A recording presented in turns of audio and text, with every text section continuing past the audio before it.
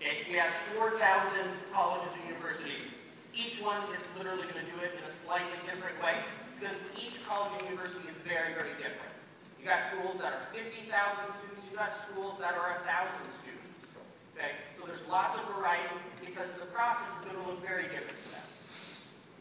It depends upon the number of applicants they get. Some schools get 25,000 applicants.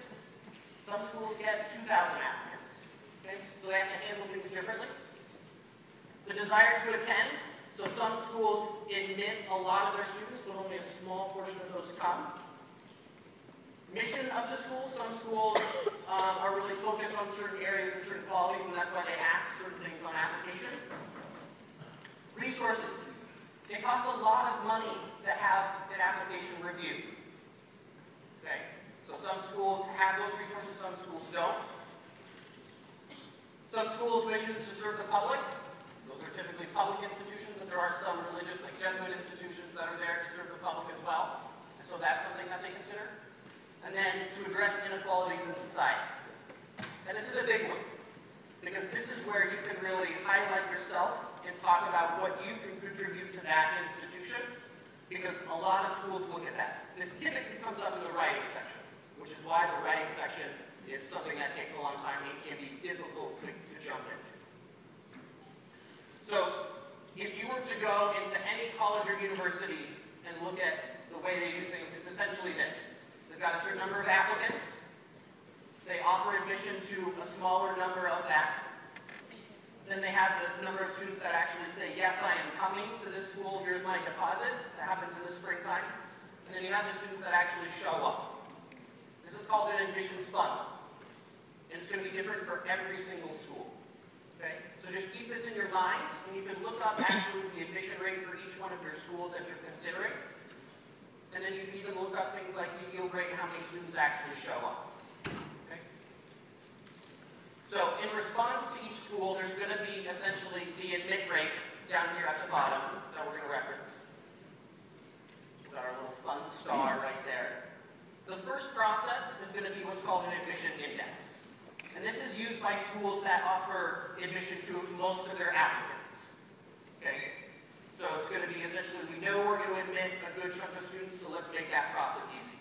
So what they do is they look at your GPA, and they look at your test scores. And then they have a calculation that happens in the background. Okay, so you can actually spend time, you can look this up on the internet, you've got your SAT score based on just the 2 subjects, and then you've got your GPA. So let's say you had a 3.4 right now, and you got an 1140 just based on the English section and the math section. You would have an admission index of a 54. Okay? That's just a number. But some schools have what's called an admission index automatic admissions. So, example, one school in the state of Washington has an automatic admission index of 25. So if you fall in any of these blue highlighted areas, you are going to be automatically admitted to that institution. That's amazing. You know today that you will be admitted to a college or university. Fact. Typically people feel less stressed at that point or clap or jump up and down.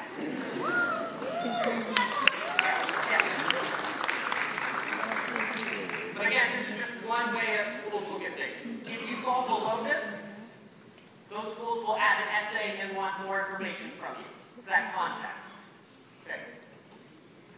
The next type of review is going to be a comprehensive review. And this is used by kind of schools in this mid-range.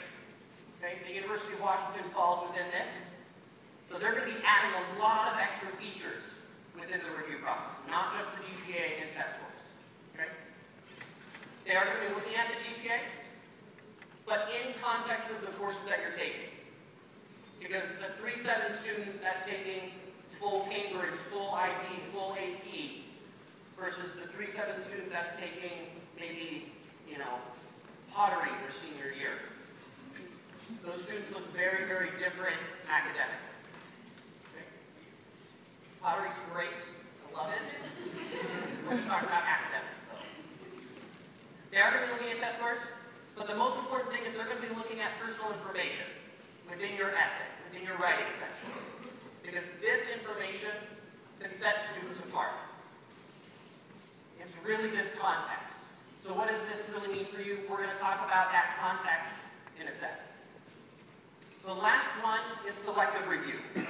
This is only used by a fraction of the colleges and universities out there. Most schools, colleges and universities, admit well above 50% of their applicants. There's lots of stress and anxiety around admissions, but it's not actually true. Okay? Doesn't mean you shouldn't focus on it and get stuff done. You should. But just know that most of the selective institutions are very, very small compared to the rest of the institutions in the United States.